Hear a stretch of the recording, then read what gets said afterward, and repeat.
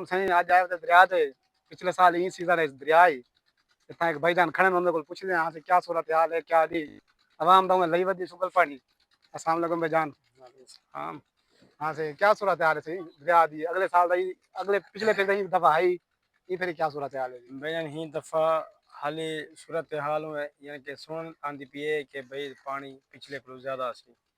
हाल यानी कि बारिशां पिछा यानी कि जो डैम है ना इन्हों दे इंडिया दे वो वाली डैम यानी कि फुल थी सन वो आपको पानी आप डैम में कहने दो जो डैम ओवरफ्लो थी ना वालो आपको पानी दे दे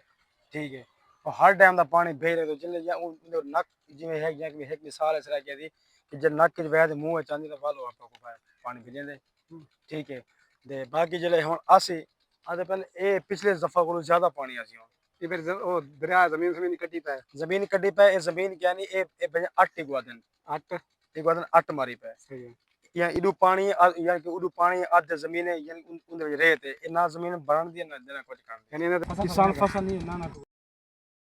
पानी दरिया दा या नहर दा ये सी नहर दा पानी है ये हम फुलटा ये कोई मछेरे कोई मच्छा पकड़ने शौकीन है मच्छा पकड़ने वाला असल ये देखने शुक्र पानी कहते सही पकड़ के ना है डुबाड़ दे वाल ना सही बस अल्लाह खैर करे आप वो पकड़ने में छोटे वो पहले पूरी करे ठीक है से तजिया कारी गाल सुन के बाद दुआ करो ये फिर ना आवे तो अच्छी गाल है आवे यानी भैया ब्याज पानी आवे आवन दे नुकसान भी है फायदे भी है नुकसान है कि सारा फसलां घर बगैर तबाह थी वेंदे